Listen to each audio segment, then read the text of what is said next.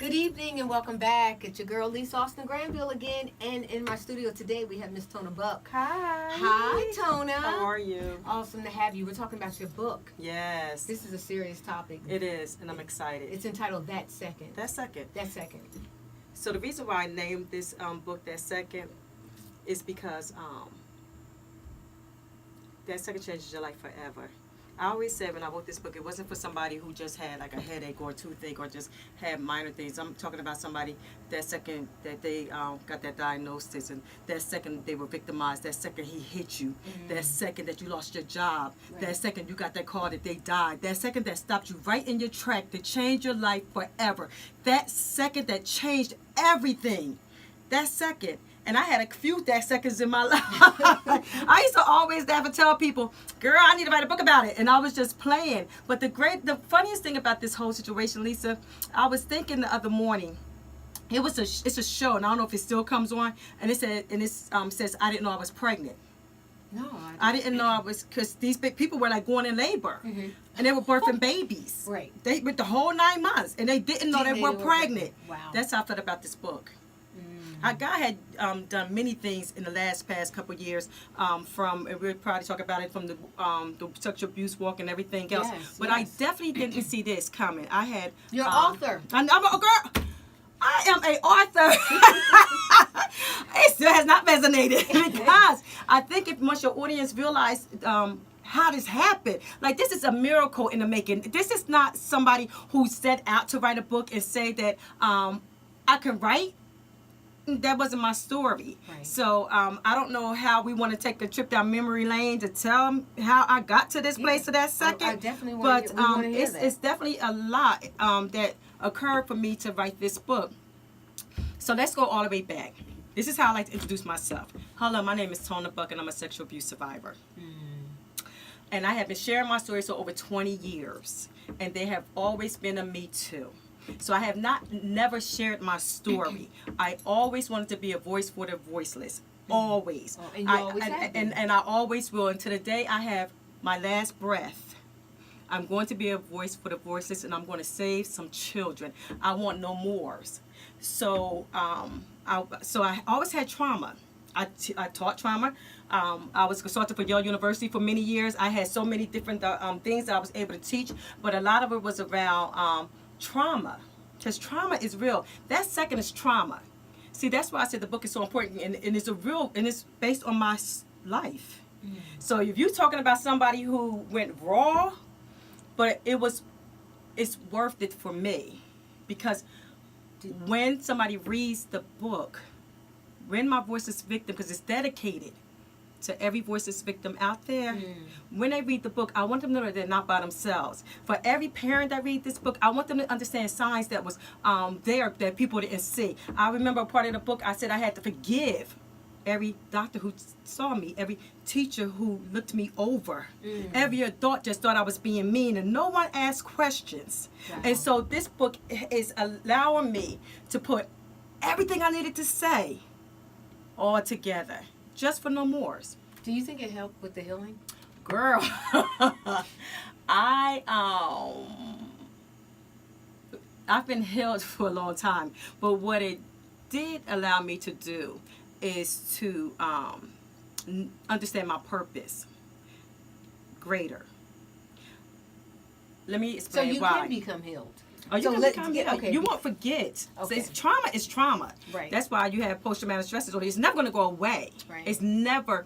Every touch he did to me, I still remember the smell of his breath, the words that he said. And we're not talking about 10, 12 years ago. I'm talking about, I started being sexual assaulted when I was 3 years old.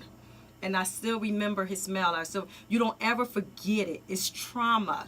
But what you can do is be healed. You become a survivor. That's the difference. I tell people, they say, what is the difference between a victim and a survivor? A victim is willing to share their story. They don't have to share it in front of millions like I'm going to do. But they could just share it to one person. They're identifying that something bad happened to me. Because what happens is, even if you don't identify, even if you try to black it out, the residue is still going to follow you. The choices are still going to be there. The hurt and pain, you don't know why you're in that relationship. You don't know why you're letting that person treat you that way. You don't know why you're so depressed. You don't know why you're so angry. It's real. The residue is going to follow you regardless. Do you understand me? Yes. So you can speak it, identify it. So when it comes back, that's how you create strategies for the trauma. Because trauma don't go away.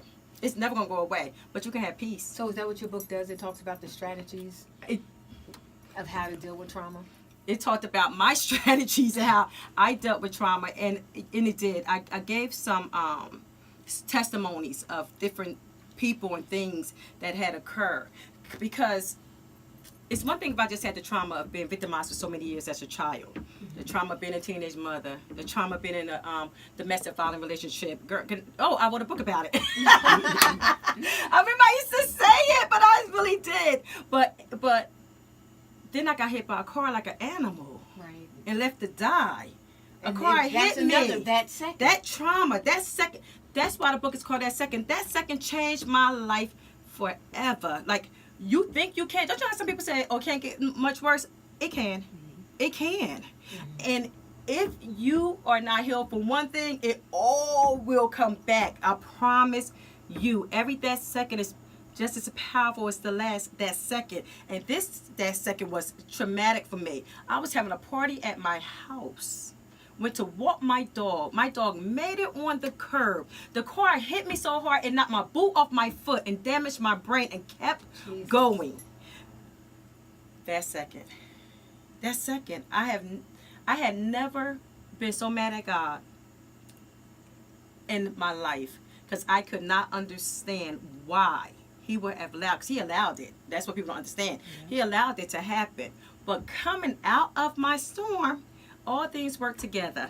The good, the bad, and the ugly. And if I can tell anyone who's going through a storm right now, I've never seen a storm last always. Do you understand me?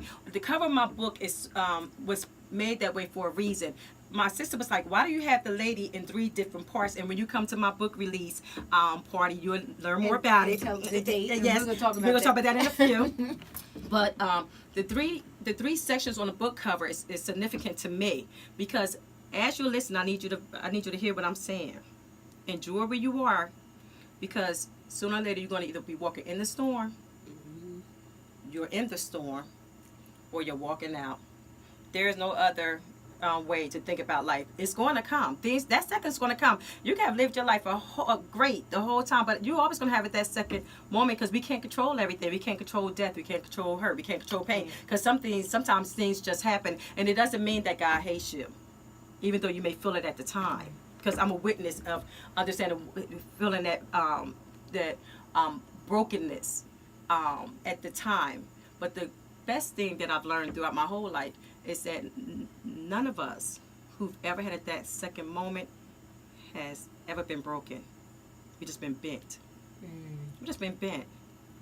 I'm a Southtonian, so I was born in South Carolina, lived in Trenton, and I always go down south. I was raised on my grandmother's farm, 165 acres every summer, and I used to see the palm trees, and they could withstand any storm. You would see them blow all the way over, and you would think that they was going to be uprooted from their faith, from everything, their foundation.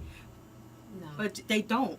As soon as the storm is over, houses could be destroyed, buildings could be destroyed. I've seen oceans just take out blocks in South Carolina when they would have storms. Girl, them trees are still standing. Do you understand me?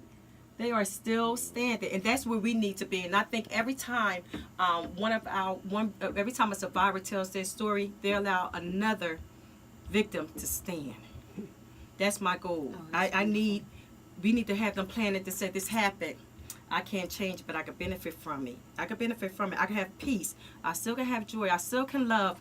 I can still have a future, because I'm not going to let this individual rob me from nothing else in my life. And that's when you become a survivor. I need my victims to be survivors. That's what I need right now. And they need to hear this word, because a lot of them, a lot of people think that, that they won't survive it. Yes. It's someone listening in it right now. Mm-hmm. So for someone may be listening, what would you say to them? That there's life after this. And let me just be real. You're not going to get over it. I'm sorry. I know people lie to you and say if you've been victimized, you can get over it. You learn to deal with it. You learn to deal with it. You learn to cope with it. You learn to survive it. That's why I'm a survivor. Right. But you never forget it. You would never forget when you're victimized, when that second, you will never in your life forget that second, I promise you. You will never forget that second because it changes your life forever. But you can survive it. You still can love. You still can have forgiveness. You still have a life. Yeah. And we're going to talk about that, about forgiveness. Yes. I don't know if you talk about that in your book a little bit, but. Oh, yes. You know. Oh, girl, yes. Because that's huge. So yes. listen, we have to take a break. Okay. All right, so for our listeners, you are listening to Lisa Austin Granville on WIMG 1300 AM, Great Gospel right here in Trenton, New Jersey. And we're listening to the author, Miss Tona Buck, of That Second. And we'll be right back after this commercial break. WIMG 1300 AM, Great Gospel right here in Trenton, New Jersey. And you're viewing us on WPHY TV Mercer. And we're talking about, we have a serious topic today. Yes. And we're talking to a new author, Miss Tona Buck. Welcome back. Thank you. But we're talking about sexual abuse and surviving it. Yes. And we're talking about your book called That Second. And we need to also let people know where they can get your book as well. But, I want to talk about forgiveness because before the break, we were just getting into that. So for someone who is listening, because you want them to know that they may not forget it, but they can survive it. Oh, yes. I learned about forgiveness years ago, and it was a very difficult process. I'm being honest, because for years I didn't feel like anyone who was a part of that deserved my forgiveness. But then I learned forgiveness was never about them. Forgiveness was about me. They may not ever known that I had forgave them, and I'm definitely not going to tell a predator that victimized me that I forgave them. Right. But what I will do is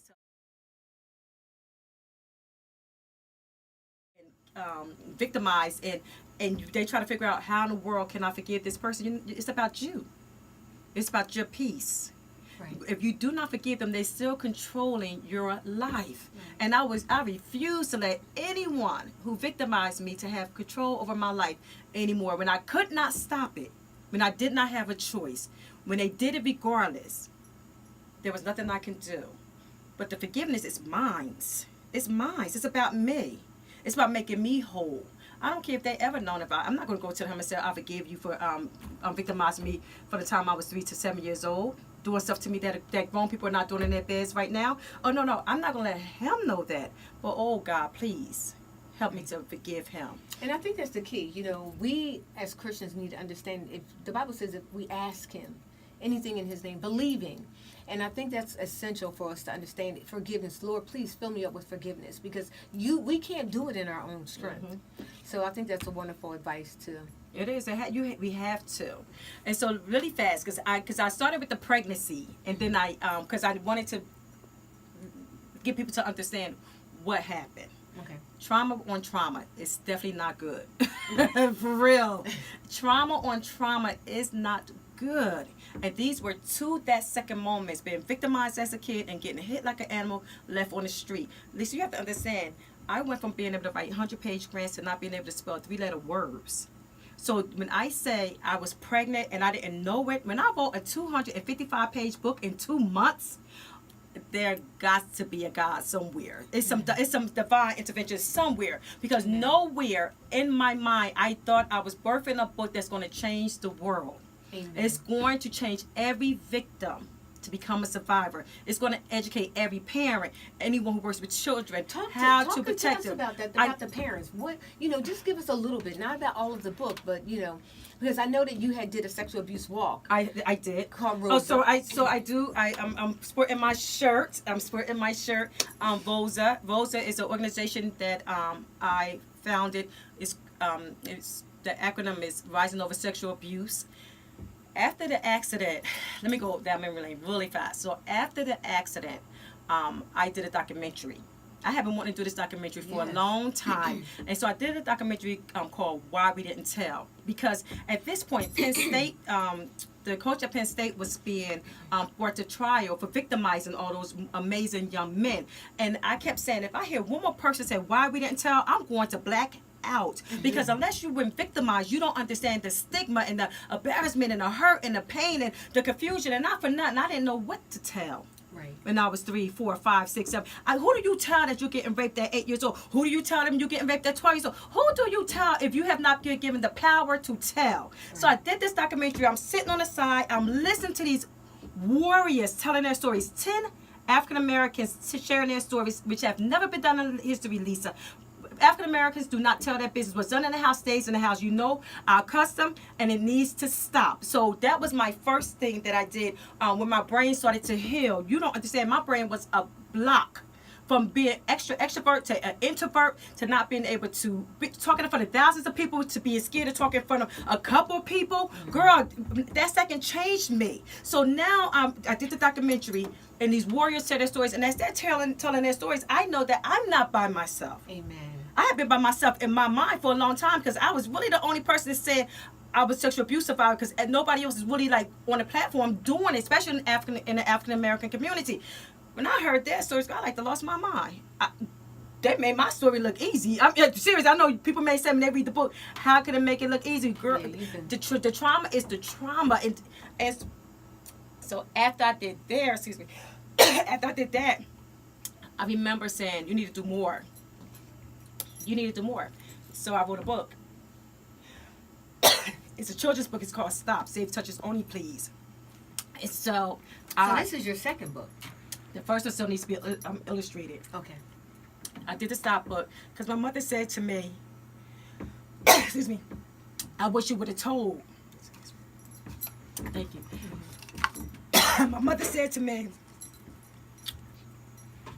I wish you would have told. But my response was, excuse me, I didn't know what to tell. So, excuse me. So I didn't want any other child to be in a position not to know not what to tell. Mm-hmm. So I wrote the book. It teaches them about their body parts. It empowers them. So I went from there. I was like, I could do more. I organized Rosa. I went from Rosa. I organized Trenton's first walk, Sexual Assault Awareness Month walk. I didn't know at the time when I was doing the when I was looking up the information for the documentary that April was dedicated for Sexual Assault Awareness Month, right? Wow. As soon as I found out, I was like, I'm gonna do this. I organized Trenton first HIV walk. I organized Trenton first cancer walk, and I was like, oh, it's a lot of us. I knew it was a lot of us, and we did the kickoff. There was so many people, women and men, who had on ribbons saying, no more. They was ready to war. Do you understand me? Right. My slogan is, we cry, but now we war. I'm not crying no more. Amen. I'm not crying no more. We don't need to cry no more. What we need to do is fight. This is war. This is really war. Against our children, against our minds. Yes. Because if we allow it to, consume, anything, any trauma you allow to consume you owns you. Yes. And you have no life. Yes. And for me, when I thought of the slogan, we will war, I thought about a lion in the jungle. When he roars, he shuts everything down. And in my book, and every time I speak, I always like to tell the predators, you need to be on alert, because we're going to shut you down. We want to war till we can't war no more. I have never seen, I call them my Nubians, my little, my awesome, powerful warriors who were victimized, and now they're survivors, and they're sharing their stories, and they're ready to fight with me. Girl, we got some strong warriors ready to shut this mess down. So after I did the walk, I was sitting home minding my business, depressed, because I'm still having surgeries 3.5 years later from this car hit. My brain is still healing from this man who helped me like an animal who kept going. And so as I'm sitting, knowing that this summer I have 2 major surgeries coming up. I've had a surgery every summer since he hit me. And I'm sitting there, and God was like, right. That was in May. I was sitting around trying to get my brain ready for this surgery, right? That was May. I had him, July was my first major surgery. That book was done by July. Mind you, I have never written the children books too, even with the brain injury. I wrote 10 children books with the brain injury. 10. And each one of them was like in a day. Now, mind you, I have to have... Right there, that says it comes. Volumes. It comes. It comes with a brain injury. And people say, oh, you look good. I'm like, girl, my brain struggles every single day to operate. My concussion is real. My life and struggle is real, just trying to be normalized. But one thing that I can tell you, Lisa, and because I'm coming out my storm, is that before I got hit by that car, I understood my purpose. Now I know it. Amen. Now I know it. I know what I'm supposed to do. I knew I was supposed to have given a voice to the voices. I understood that I was supposed to save children.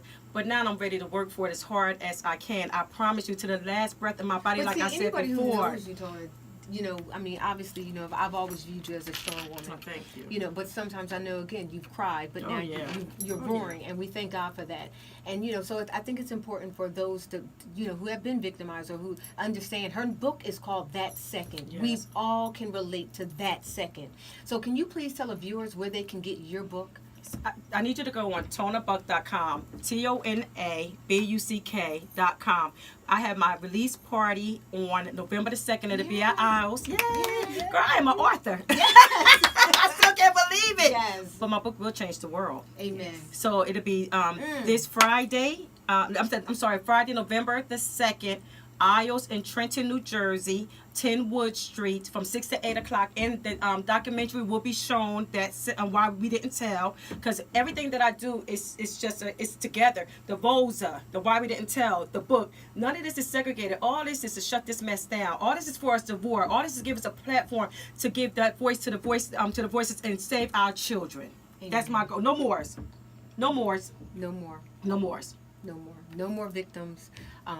You know, they cried, but now they roar. Yes. And, you know, thank you so much for sharing your book. I'm excited about Thank reading it. you. I definitely will be, God willing, be there at your book launch release party. Yes. So I know it's going to be exciting. But for those who are listening, please, if, you know, maybe you have not been victimized, but maybe someone that you love. And I know this woman right here, she loves God, she loves people, and she's bold enough to tell her story and share it. So if you could just go to www.tonabuck.com and bless somebody with that book, it would surely change their life. So again, you're listening to Lisa Austin. I guess we got to go. I know, right? Pushed up out of here. But it's Lisa Austin Granville at Thank you. WIMG 1300 AM, Great Gospel, right here in Trenton, New Jersey, and you're viewing us on WPH-TVY Mercer. It's been a blessing to be with you tonight. Have a great evening. Thank you.